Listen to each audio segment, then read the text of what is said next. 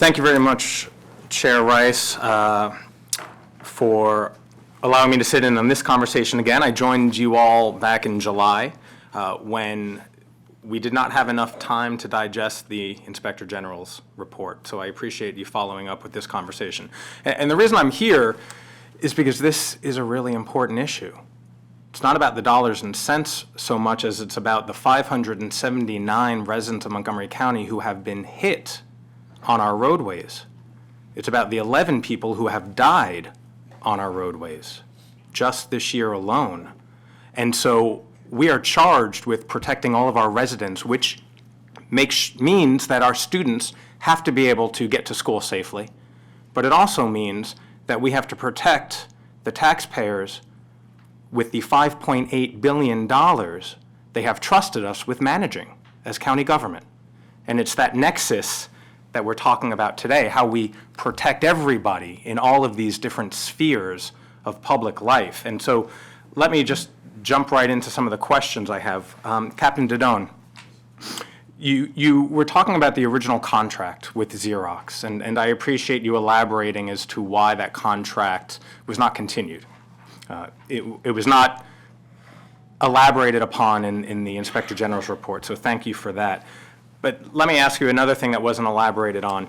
Within that contract with Xerox, were we generating any revenue at that point in time? We were. The investment for the county was $250,000, so that was taxpayer money.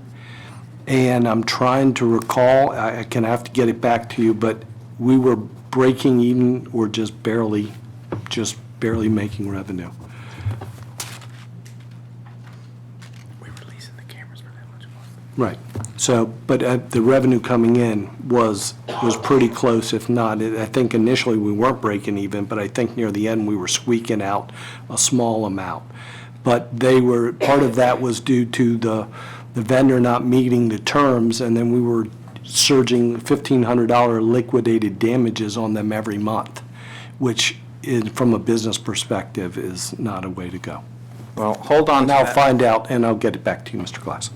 Sure, and hold on to that thought regarding terms, because I'm going to come back to that in a little bit. So according to the Inspector General report, in 2015, when the bridge contract was agreed upon, you all went down to Texas to take a firsthand look at that work. In 2016, we signed the contract with Force Multiplier Solutions. Then in 2018, the CEO of Force Multiplier Solutions, the Dallas County School Superintendent, and the Mayor Pro Tem of Dallas pleaded guilty to crimes involving bribes and kickbacks in connection with Force Multiplier Solutions and the contracts they entered into with that school district. The Inspector General learned about this through media reports in August of 2018.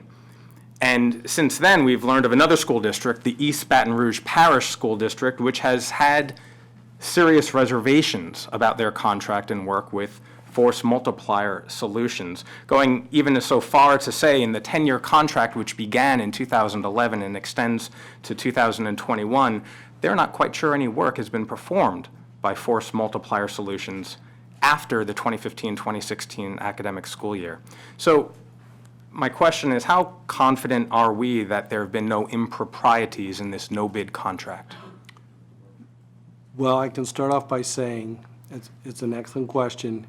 When this came to the public light, I went to Chief Manger and I explained to him that the department was not contracting and working with the Dallas branch of FXS.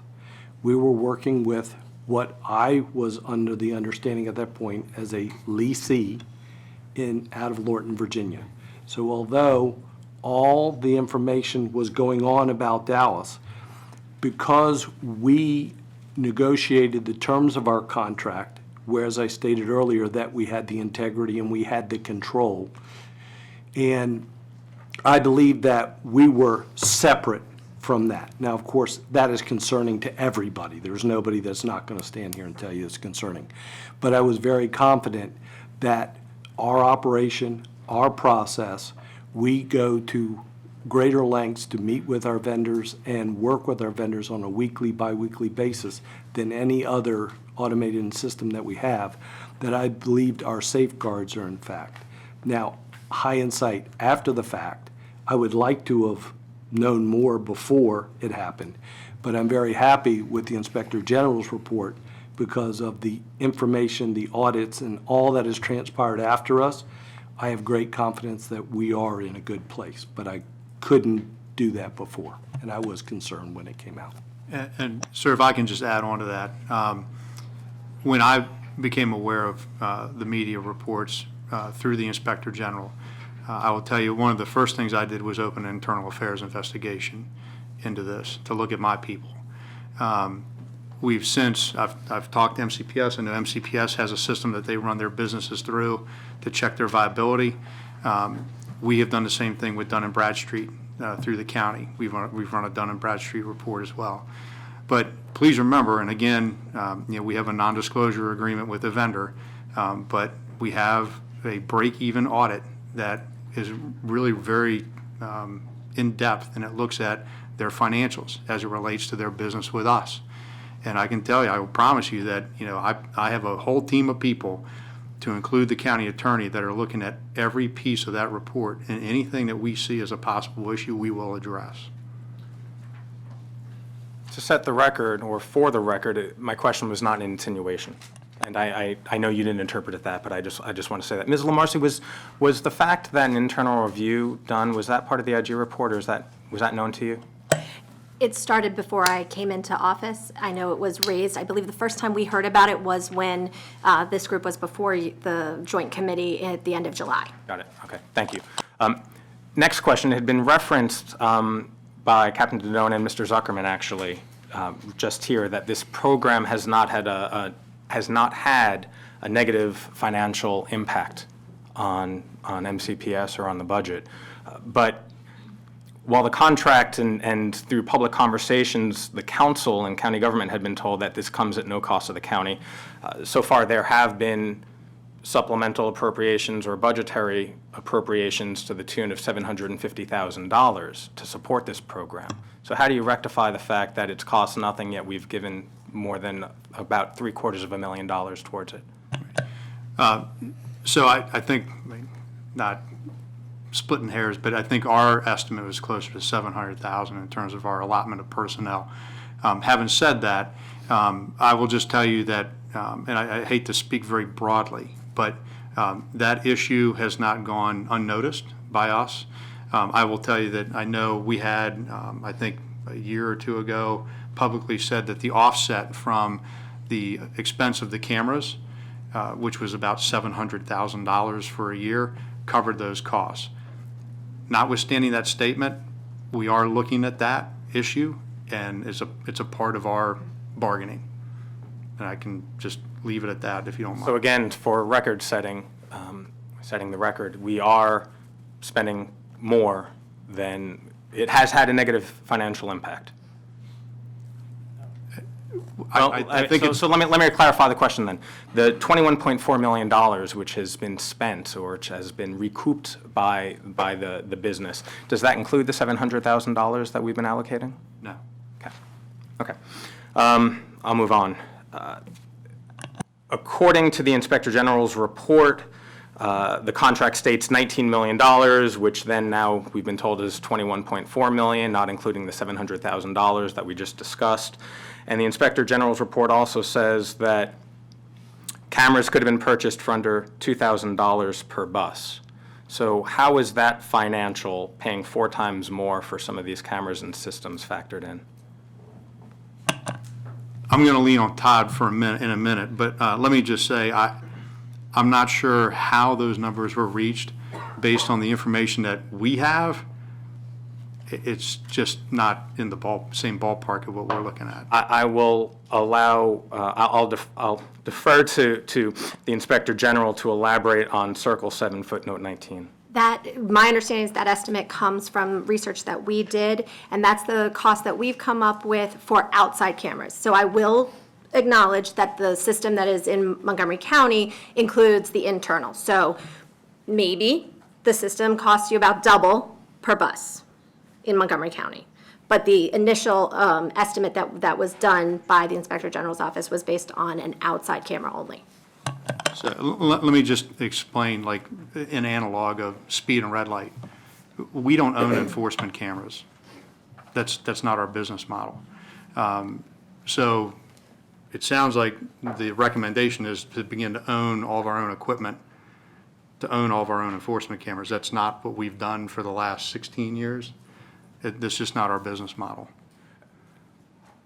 That's a good segue to my next question, because I'm not, again, insinuating that we own our own cameras. I was just wondering why, based on research the Inspector General had conducted, we were paying 4 times more. And I understand there's administrative, there's setup, there's other things as well. But for the record, it's 4 times more than what the Inspector General found. But going back to a question that was asked previously. You want us to weigh in on that? Oh, please, go ahead, Mr. Zuckerman. So we were paying more just for the observation cameras, more than $2,000 a bus.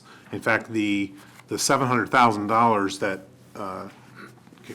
Chief Anderson spoke about was $700,000 per year to outfit newly purchased replacement buses with cameras in them, just with the observation cameras. So that's the $700,000 that we were saving each year, MCPS was saving.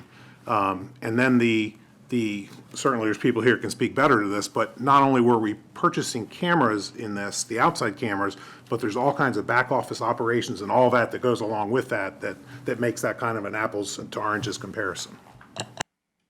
I was going to say, that 750,000 is for what? 120 buses? $700,000 for about 120. 120 buses. Yes, for not only cameras, but also GPS, live GPS and things like that, which come along with this system. And I don't have it for red light and speed, but the cost of those cameras are exponentially higher. And going back to the subject that Chief Anderson said, when we looked at how much money we were saving in the $750,000 a year, and then we were talking about the expense of $250,000, I was the one that came forward that said no cost, because my Einstein math basically said we were plus $500,000. Even though now I know in reality of finance world, that isn't how 1 and 1 adds, but based on that statement, that's where the statement came from originally. I appreciate all the responses. Again, these are questions that I had when going through the IG report and speaking to people out in the community.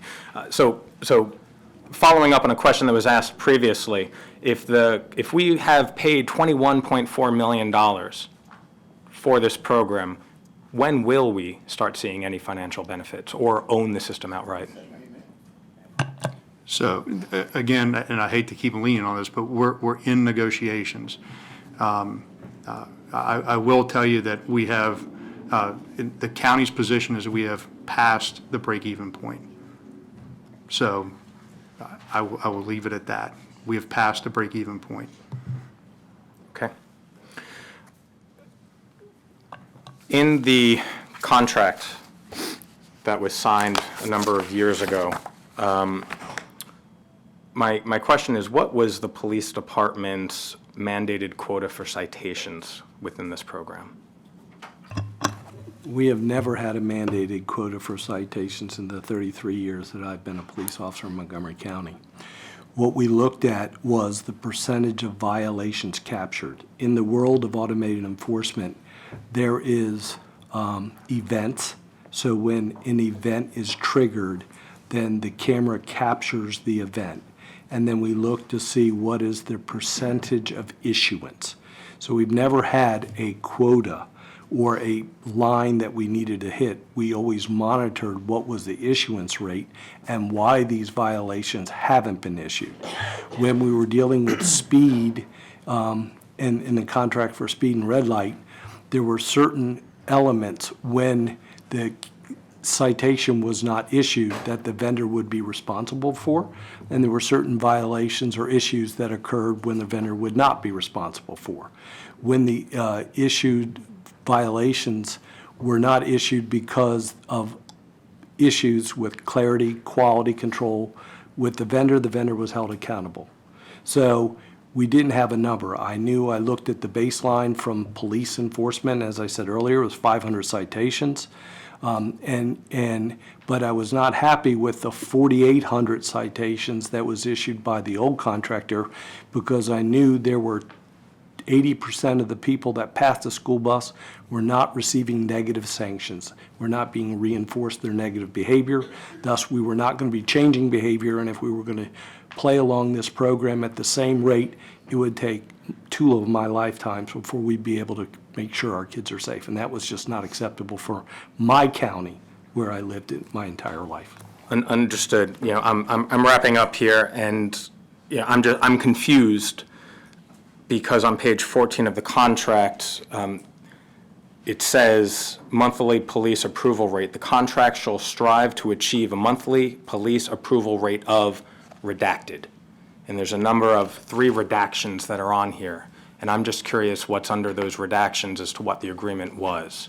And I absolutely agree that we need to keep our streets safe, and we need to keep our children safe, and we need to protect our taxpayers as well. And so I leave this conversation still with some questions.